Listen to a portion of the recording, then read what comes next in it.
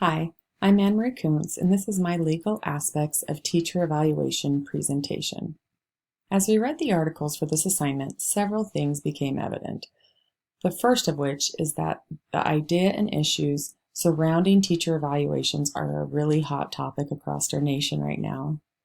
Teacher evaluation procedures and processes are undergoing a lot of changes based on personal philosophies as well as different pieces of research. Most teacher evaluation procedures are now decided upon and created by each state. Teacher evaluations are based on multiple measures for the most part, and these measures are taken into consideration over the course of multiple observations throughout the teaching year. Teacher evaluations are also tied to the standards in some way. However, the reason teacher evaluations is a hot topic right now is because there's not a consensus on how teacher evaluation should be done, what criteria should be used, how often these observations should be done in order to have a teacher evaluation procedure in each district. There's also a concern about the value given to student achievement in regards to teacher evaluation, specifically because there is research that shows that teacher practice and instruction is not improved when student achievement is tied to their evaluation.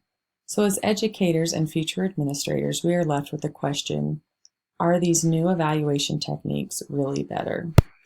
In my district, our teacher evaluation process is based upon board policy.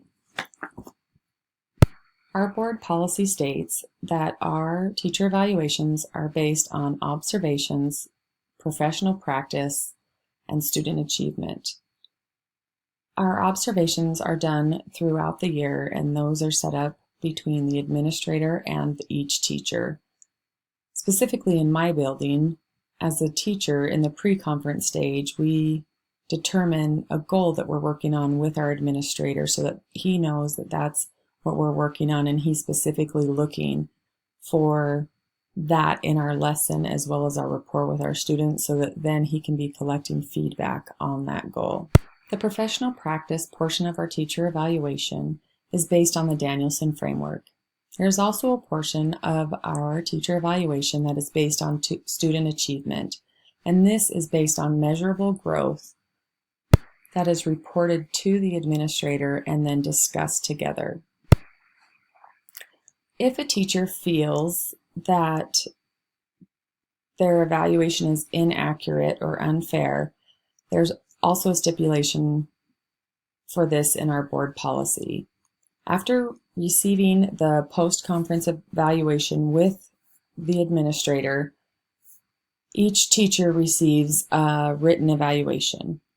Upon receipt of that written evaluation in our district, each teacher has 7 days to provide a written rebuttal or appeal to their administrator. The administrator then has 10 school days to make a decision. The administrator can either make an amendment to the evaluation, and that amendment is included with the original evaluation and rebuttal, or the administrator can decide to not amend the evaluation, and when that's done, the administrator will submit the written evaluation, the rebuttal, as well as the reasons why the amendment was not made to our superintendent. Our board policy states that if a teacher will be let go based on their evaluation, they will follow all of the requirements of state law. So the recourse that is left for a teacher who feels that they are being unjustly let go would be to seek their own legal counsel. One lawsuit that's been filed concerning teacher evaluations is Leff versus Clark County School District in Nevada. This lawsuit was filed in 2015, and it alleges that a tenured teacher had received 2 ineffective evaluation ratings and was then let go. However, they were let go without a due process hearing. In the suit, they are alleging that because the tenured teacher had specific contractual rights, that this teacher could not be fired without this due process hearing. The status of this case is that the decision is still pending. As a future administrator, there are a few things that I need to do to make sure that I am following all of the laws and legal issues associated with the evaluation process. The first thing I need to know is what is our school board policy regarding teacher evaluations and what are my responsibilities. And then I need to make sure that I follow through with that policy. Another thing I can do as a future administrator is rely on mentors. When questions or concerns arise regarding teacher evaluations and our processes and procedures, I will rely on mentors, other leaders in our district that can help answer these questions.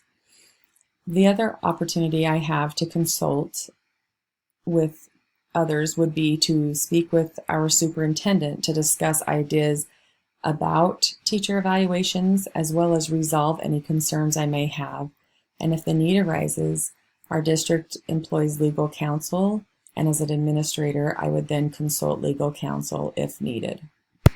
As you can tell, the topic of teacher evaluations is truly a hot topic, and there is a lot to yet be discussed. Thank you for watching.